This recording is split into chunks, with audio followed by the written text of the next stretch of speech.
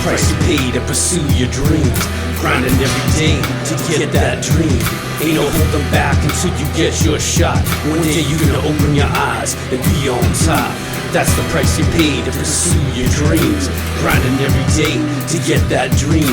Ain't no holding back until you get your shot. One day you're gonna open your eyes and be on top. Been playing this game since I was 10 years of age. I wanted to make my mark ever since my Pop Warner days. When I strapped that helmet, I'm knocking dudes into a blaze. A lockdown corner going all the way through 7th and 8th grade. Entering high school, I'm ready to write another page. Busting my ass and lifting weights. It's a much higher level, but I'm still making plays. No time to party or bask in my glory days. It's college preparatory classes every single day. Living my life with that singular goal. It's the fire inside that makes me whole. Looking in the mirror, my muscles swole. I'm on a mission, and I'm never gonna stop. When the ball's in the air like Sherman, I'm a hawk. And I promise I'll overcome whatever life throws at me.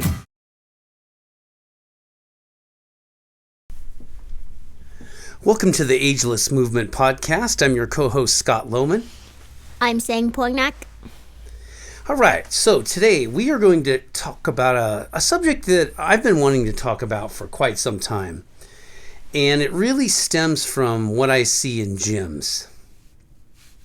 One of the things that really annoys me is I see people performing swings the wrong way. And before we sort of dive into the minutia of swings and the proper form behind it, I also see just really bizarre movements that are supposed to be derivatives of it. And I don't know why people even do these movements when you can just do a kettlebell swing. So one of the things that annoys me, and I see this all the time in gyms, I see people using the ropes that you would normally use for face pulls or some type of tricep push down, or you could use them for any number of things. But what they do is they put them basically they connect it to a cable on a weight stack, usually a functional trainer, and they put it between their legs and they try to simulate the movement of a face pull, of a kettlebell swing using those cables and ropes. And it just looks really awkward to me. A lot of people don't seem to understand what they have to do with their feet, how to move in just the hips. And I think there's a lot of benefits to doing swings, and I also want to talk about that today. So what do you think about that? I mean, you've seen people at the gym performing swings, and clearly they haven't they're not certified through Strong First or RKC. And for those of you that don't know what RKC is, it just means Russian Kettlebell. And Strong First is actually led now. It's an organization that used to be affiliated with Russian Kettlebell. Yeah, you have it in reverse. Okay, go back and say it. Basically, You know what that Pavel came over to the United States. He teamed up with Dragon Door Publication. And he started RKC, right? RKC, yeah, okay. And then eventually he left Dragon Door and went to create Strong First, which is his own organization. Yeah, and he left that organization. And I guess what we should do, we kind of jumped the gun a little bit here. Who is Pavel? Well, Pavel basically, I can't remember, like 1980s maybe. You can even find an article on him in Rolling Stones. But he came to the United States and basically he taught us how to use the kettlebell. Well, I do recall a few things because I did thumb through your book and I read quite a bit of it. Enter the Kettlebell, which is, I believe that's his most famous writing, Pavel. And basically his background was really training Russian special forces. Yes, and he trains trains a lot of special forces. Yeah, for conditioning, right? Not so much fighting. Oh, correct, yeah. Yeah, okay, that's what I thought. So anyway, let's be real. Most of us in the United States, we had no clue as to what a kettlebell was in the 70s or the 80s, and even how to use them.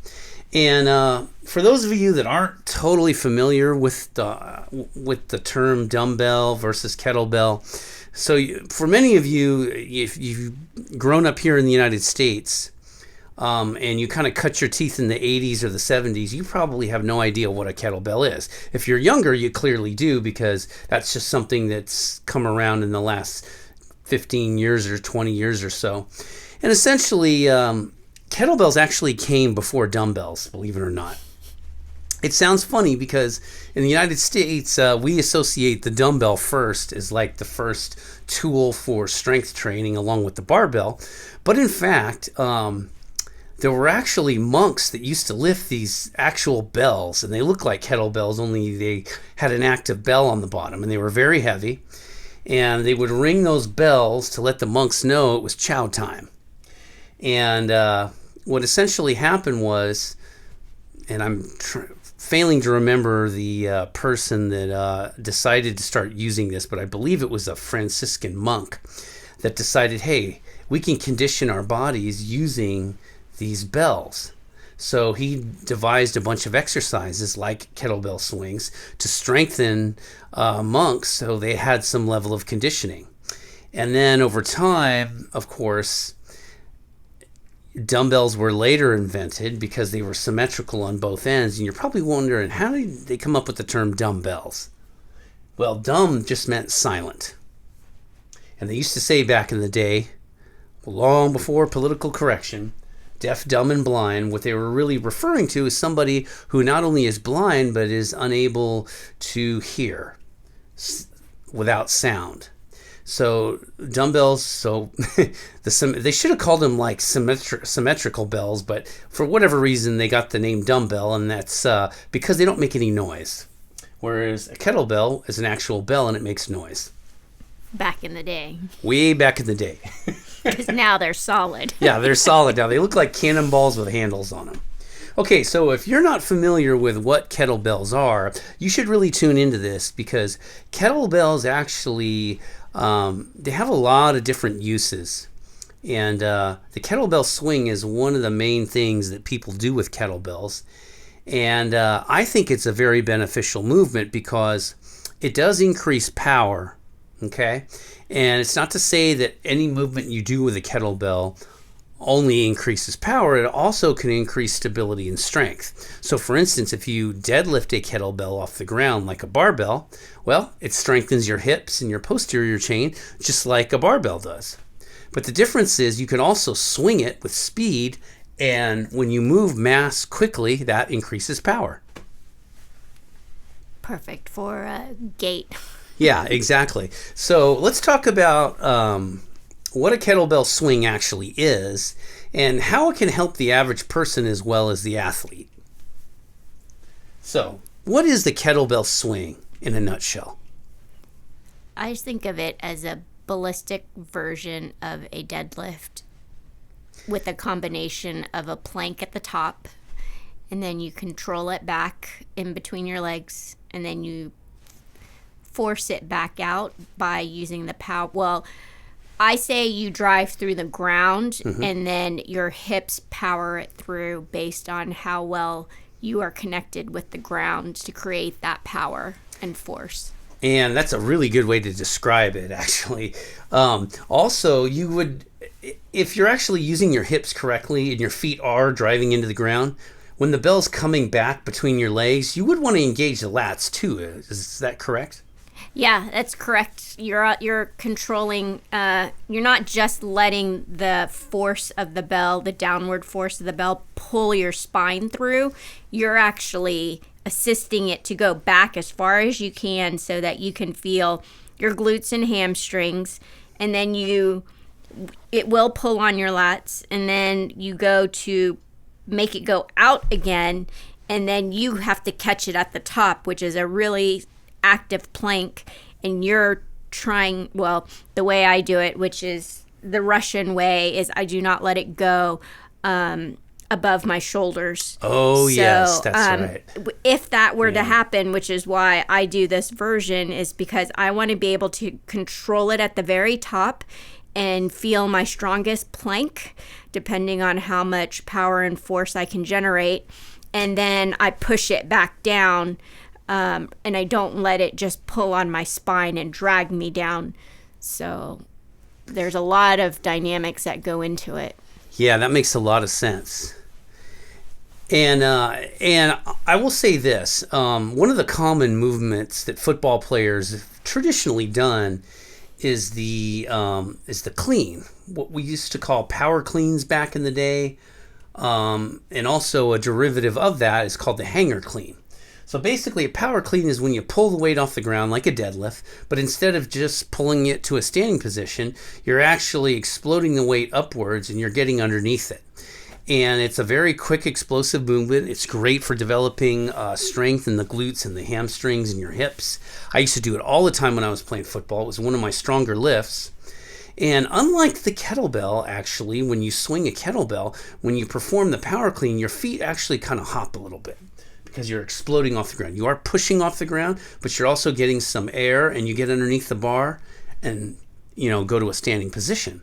So one of the things that I like about the kettlebell, and I think this is really something that can benefit non-athletes and athletes alike, is being able to drive force pushing off the ground, or using the ground to drive force, rather. And I think one of the biggest mistakes I see with athletes, especially defensive linemen, and I notice this a lot at the college and high school level, when they drive out of their stance, oftentimes, especially the defensive line, they lift their heels and they push off the balls of their feet. And I remember thinking, aren't they limiting some of the force that they're generating because they're not using their whole foot pushing off the ground or pushing into the ground? You also have to be careful about that, because if you have your foot on the ground, depending on how much is coming back at you, like your Achilles tendon is now stretched and attached to the ground. True. Yeah. It's interesting you should say that, because I remember many years ago, there was a Stanford defensive lineman, Henry Anderson, who's still in the NFL. And he talked about, they were just asking him, what does Stanford do differently than maybe you learned when you were younger? He's a defensive lineman. And he said, number one thing, I used to drive out of my stance on the balls of my feet. They taught me to push from my heel.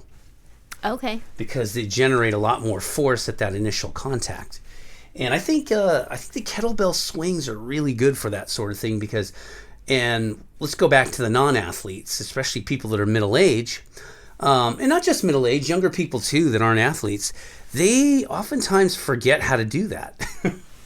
Yeah, I think you and I have had this conversation all weekend, because I was trying to figure out something with one of my clients. And in general, with the older person, I find that, or even with the younger person, if they sit a lot, they probably don't, the posterior chain is what I call sleepy. So a lot of their weight goes into the balls of their feet and their toes. So they're not good at reaction. They're really easy to just kind of push over because they don't have weight in their heels. And a lot of them don't strengthen or really understand how to strengthen from their heels all the way up the posterior chain to their glutes. Yeah, I could see how that's a problem. And I just watch people walking when we go in and out of Walmart and places, and it's amazing. A lot of people don't even strike their heel very well when they walk. And I think kettlebell swings can help everyone in that regard. Yeah, I mean... Because you have to have that function, Yeah, but that's the other thing. If you're going to a gym, because this has happened to us before, early on when I was training for my certification, I was so used to being in a private gym that I got to do whatever I wanted. And so when I eventually left to train on my own, I go to the commercial gym and I'm standing, and I think I was doing snatches. I was practicing for my snatch test. Yes, I remember that. And I wasn't moving, so there was no danger to me. In fact, either way, the fitness manager came over, and he he wasn't a manager. He was kind of a nobody. He shouldn't have even said anything to you. I have no idea. But he basically told me that I could not be there without shoes on, and can I put my shoes on? And so I looked at Scott and I said, I think I might have walked in flip-flops. And actually that's problem number one with what deteriorates people's ability to walk well is flip-flops. So I walked into the gym with those on. And so I told Scott, I think I need you to go to the car and get my other shoes that, I always keep a spare in Scott's car. So he goes and gets them, and I remember as soon as I put them on and I did my first snatch, I just about fell over because I was not used to wearing shoes when I would try to do a kettlebell snatch. So I lost my balance a little because of that, and then I think right after that I went up to the counter and canceled my membership. Yeah, I remember that. It's a funny thing. That guy was pretty much spoke out of turn because I have always removed my shoes to do deadlifts at 24-hour fitness, and no one, despite every 24-hour fitness I've ever been to, has ever said anything to me. And even at Powerhouse, another gym I train at frequently, they don't discourage it at all. And I think the mentality on that has changed over time. And I think for two reasons. Number one, there's a lot more people that are CrossFitters, and they use kettlebells, and they understand the concept of driving force from the ground. The other thing, too, is a lot of people, and I'll credit CrossFitters for this, have normalized certain lifts or most lifts that require, leg strength without shoes on. It's a really important, part of conditioning is to make sure your feet function properly, and you want to be able to use them. And I'll tell you, saying like my feet have never been better since you've convinced me to go to minimalist shoes slowly over time. And I'm to the point now where I like to spend a certain amount of the day without shoes on at all. Yeah, I like it too. But I will say, as I get older, I've learned this over the years with my massage therapist because I've worn minimalist shoes since 2010. I think at some point, everybody's a little bit different. I don't know, maybe the fat pads in my foot are not there as much. Mm-hmm. But we've kind of played this game of let's see what shoe works for you. And of course, the shoe that works for me is no longer made. Yeah, a lot of people complain about that. Yeah, so, yeah. I do have minimalist shoes, but trying to find the right one nowadays is really hard. 5-0 Bear is way too minimalist for somebody like me. Mm-hmm. What about New Balance? That really worked good for me. Yeah, so the New Balances are good, and you have them. I had a pair, and they were actually probably one of my better shoes. The very first Minimus was probably one of my favorite minimalist shoes. That was Nike? No, it was a New Balance. Oh, sweet, yeah. They had Vibram soles, but then they went and re-engineered them over the years, and so now they look very different. So I don't wear them as much. And then, of course, the one pair that works really well for me is a pair of Adidas that I have, and I went to look the other day, and they no longer make them. So that's one of the things I think is frustrating about shoes, athletic shoes. I don't know why they feel like they have to redesign them every couple of years. It's just strange to me. If they want to start another line of shoe, go ahead and do it. I don't know why when they come up with a perfect design, they try to re-engineer it to, I don't know, get more people to use it, when in fact they kind of discourage people that thought it was perfect. Well, maybe we should just attack shoes another day. That is true. We're getting off subject here. Okay, so let's get back to what we're talking about here, which is the kettlebell swing and the importance of foot function. I think the kettlebell swing is just an amazing exercise because what it does is it increases power. And I think the average person that's concerned about health, that goes to the gym, that maybe isn't a hardcore athlete as far as how they train, they really don't do anything to improve their explosiveness or their power. And for those of you that aren't sure what power is, there's a difference between strength and power. So strength is simply how much mass you can move, i.e. a bench press, a squat, a deadlift, pushing a car. Now, explosiveness is how quickly you can move that mass. So think of Olympic lifters when they explode the weight up in the air and they get underneath the bar and they press it overhead explosively. That's power. Think of some of the world record holders, the Jamaican sprinters like Usain Bolt that explode out of their stance and run the 100 meters in a 9.79, something like that. That's a sprinter is a form of power. An Olympic lifter that's exploding weight over his or her head using their hips and their posterior chain.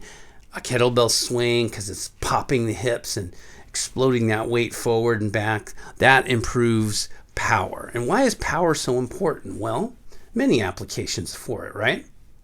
Yeah, I think of it as just being able to take off when you need to, because so many times I've needed it to either catch a bus, right, and or run to the gate before they close the door and I can't get on the plane.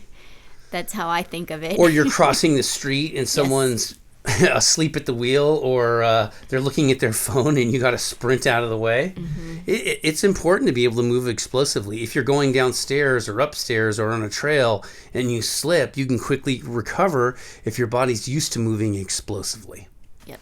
So that's a benefit I see as well for the average person in the public, that isn't an athlete per se. But see, I'm of the belief that all of us have an athlete inside of us. I agree.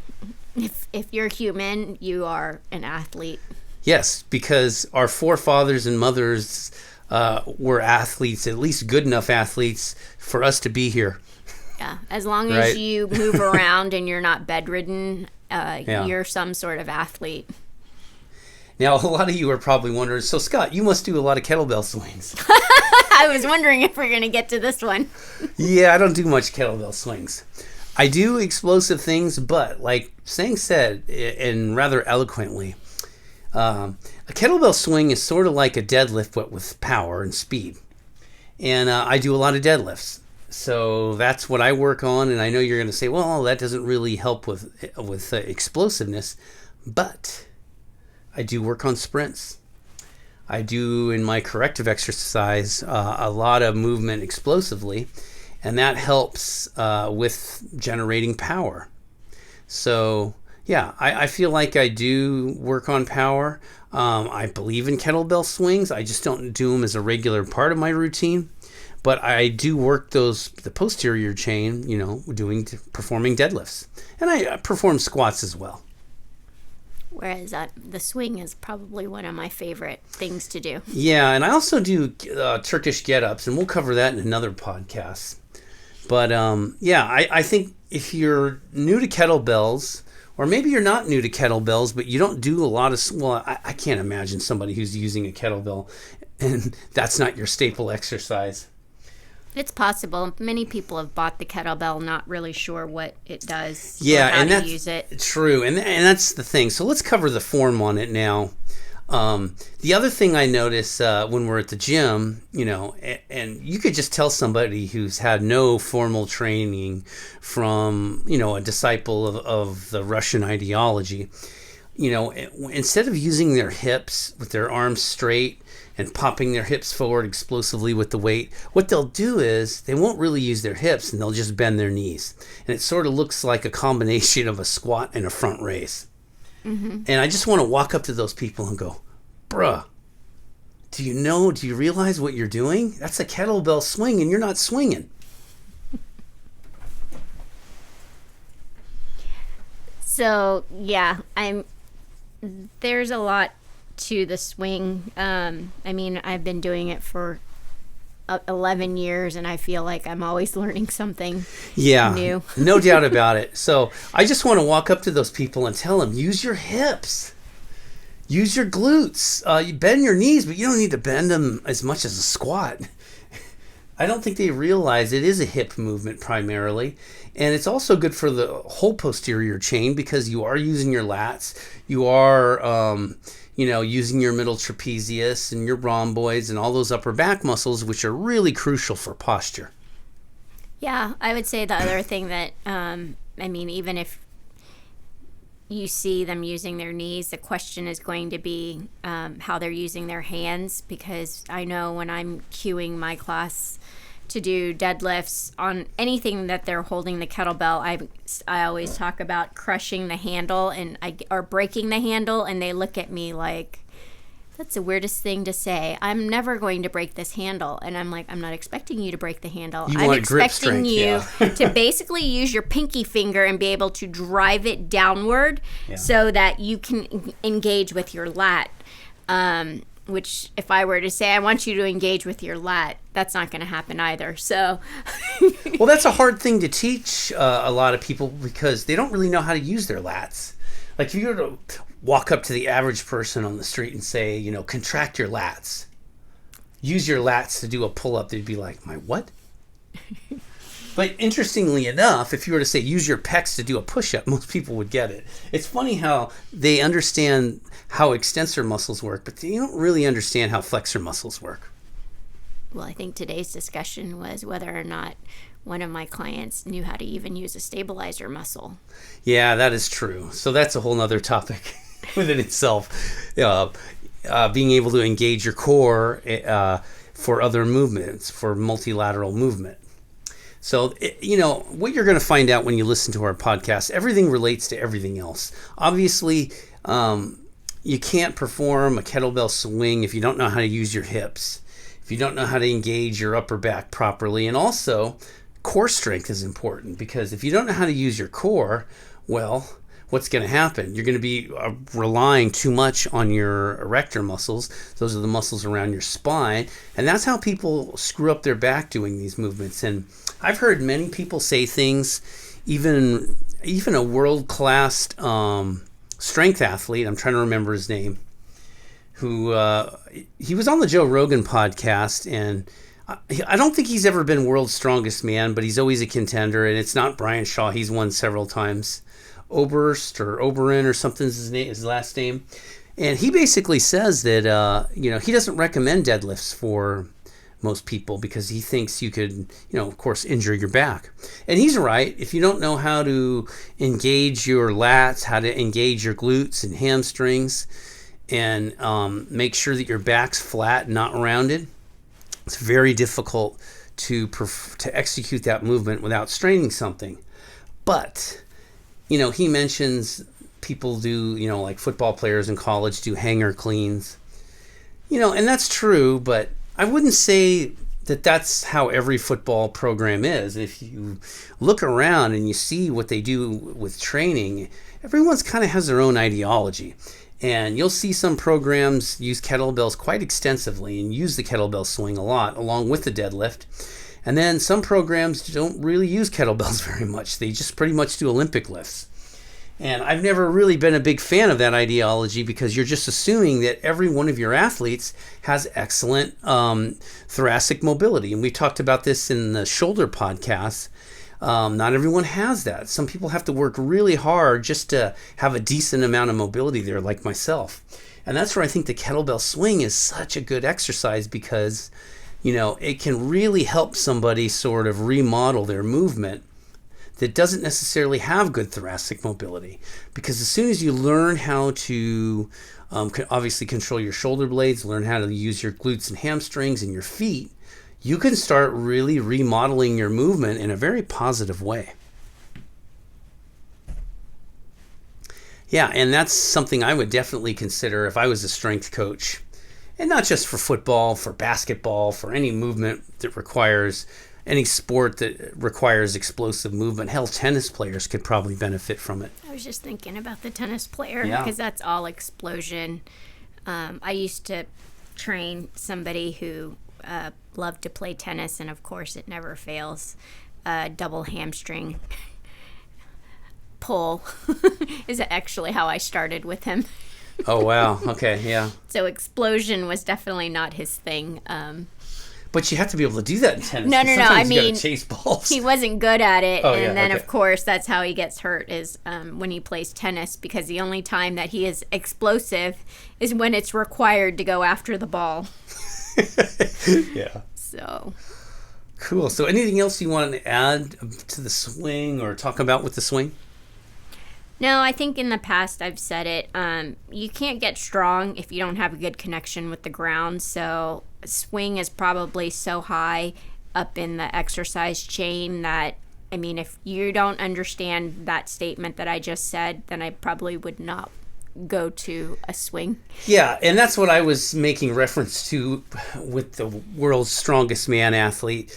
We don't just give people weight and say, okay, go ahead and swing or do deadlifts. You have to show us. You first understand, what you have to do to execute the movement, what muscles you're working, and show us some quality of movement. Because if you don't have that, we're not going to give you weight. And that's what I would mention, is that there are certain prerequisites that you have to be able to perform to give us confidence as trainers and instructors that we can give you an advanced movement like that. So what are some of the exercises you would recommend people have to be able to execute properly to get to a level where they can actually use a kettlebell swing or a barbell deadlift? Well, we just said in the swing there is the plank. So that's the other thing, is if you don't have like a solid hard style plank, I would be a little concerned. And you mentioned, not to interrupt you, but a hard style plank would mean a half plank essentially, legs zippered, push elbows under the chest, forearms pushing into the ground, and engaging your lats, glutes, and hamstrings all at the same time. Yes, but it wouldn't be considered a half plank. It's a forearm plank. Okay, that's what I meant, not a full push-up plank. 'Cause some people consider that to be a full plank. Yeah, no. Just want to make that clear. So a lot of times, even in our class that we're going to teach this week, people have their hips are what we call piked. So they don't even connect all the way from their heel to their hip to their shoulder in one straight line, and also trying to keep your chin back so that your head is in line with your spine. I think a lot of people, we have their head is actually pulling down on their spine as they do the plank. So I would say I would start with having a solid plank, then going from there being good at bridge, so having that nice from the ground, being able to bring up your hips and have your knees in line with your hips and in line with your shoulder is the other thing. And then I actually even look for how your arms engage with the ground, because that amount of tension, having full body tension, is part of the kettlebell swing. Yeah, it really is. And if you can't sustain muscle contractions for a period of like 30 seconds or more, you got to go back to basics before you start lifting heavy weight. Yeah, because every time if you lose just a little bit of stability, that's enough to throw off the weakest point in your body. That's the other thing I say is you're only as strong as the weakest point. So if you're, like for me, my weakest point is kind of like right underneath my ribs, just because that's where I got into an accident, and so I kind of feel a little bit turned to the side or a little bit angled, and that's enough to cause, it causes a lot. It causes SI joint problems for me. It wraps around all the way into the front of my hip bone.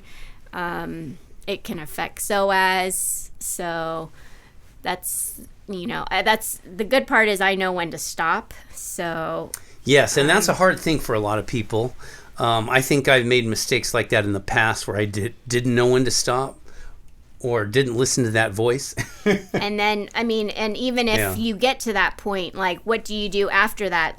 Because that's the other thing. Like, we're really good at finding help when we get to that point, because, having somebody dig inside your iliac crest is not fun, and it's not easy to do. It takes a hook grip, and, I can't get enough pressure in there. So, I have to go to a professional who knows how to get inside of my hip in order to get to that muscle. It's not putting random objects in there, because your organs are there. So yeah, I was going to say, because I've seen people do crazy things like that in order to try to release a muscle like that. And that's not something I would want to be done by someone who wasn't a professional. Yeah, good point.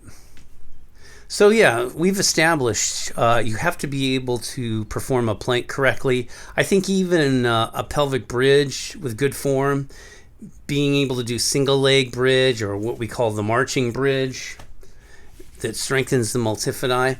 Yeah, I think you should be able to do all of those exercises with a high degree of proficiency and be able to actively engage your glutes and hamstrings as well as your lats and have control over your shoulder blades. And I think a push-up is also part of that as well. And that goes back to one of our previous podcasts about, shoulder stability and shoulder strength and shoulder rehab. You got to have control of the shoulder blades. I mean, that also controls how much forces are on your back when you're pulling weight off the ground. Yep. And then the other exercise is pulling the weight off the ground. Yes, of course. And that's why I love teaching people deadlifts when I feel like they're ready for it with the kettlebell, because you can accurately place the bell. And it's more of a lower risk exercise than, say, a barbell at that point, because the barbell is in front of the body and you do want to keep the bar close to the body. But to the average novice that hasn't done it yet, they may not fully be able to comprehend that. And when you start with a kettlebell and you tell them the handle's supposed to be inside your ankle bones, then they know, oh yeah, center of mass underneath me. It makes a lot of sense. And they start to understand how to stack their joints and in relation to the weight that they're lifting, because that's one of the key ingredients to injury prevention and proper execution. Anything else you want to add to the kettlebell swings? The only thing I can say is it's definitely not an exercise I would want to look on the internet. Yes, those are things that, and this is what I want to tell people. Please hit up somebody that really is knowledgeable of kettlebell training. Somebody who's had some training in Russian kettlebell theory, RKC, or Strong First. Then they're fully versed in Pavel's ideology. You can read his book, Enter the Kettlebell, but it takes more than just reading and even watching videos for a lot of people. Now, if you're an avid weightlifter and you've had a fairly extensive background in strength, you could probably watch a video and understand some of that. But I think one session with an RKC instructor is still worthwhile, even if you're an advanced lifter. Yeah, I mean, I did one myself. Yeah, we had the same. Yeah. And it helped, definitely. And you've helped me even more. Yeah, well, that's because we spend so much time together. Yeah. But, she was an awesome trainer. In fact, she helped me with getting my certification post-accident when the PT could not help me. Well, yeah, you had broken ribs, baby.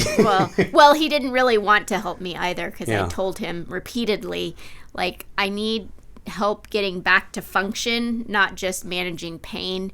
And he just told me, you're not going to be lifting anything for quite some time. Yeah. And then I just showed up at my regular kettlebell workout on Sundays at 4 p.m. in San Francisco. And you got it done. Yes. All right. So anything else you want to add, Sang? Nope, that's pretty much it. All right, everyone. If you're viewing this on YouTube, please like and subscribe the video. Subscribe to our channel. If you're listening to this on Apple iTunes or any other form of podcast format, please subscribe and rate it, and also leave a comment, okay? All right, everyone. We're going to get back to you soon. Take care. Have a good one. Laters.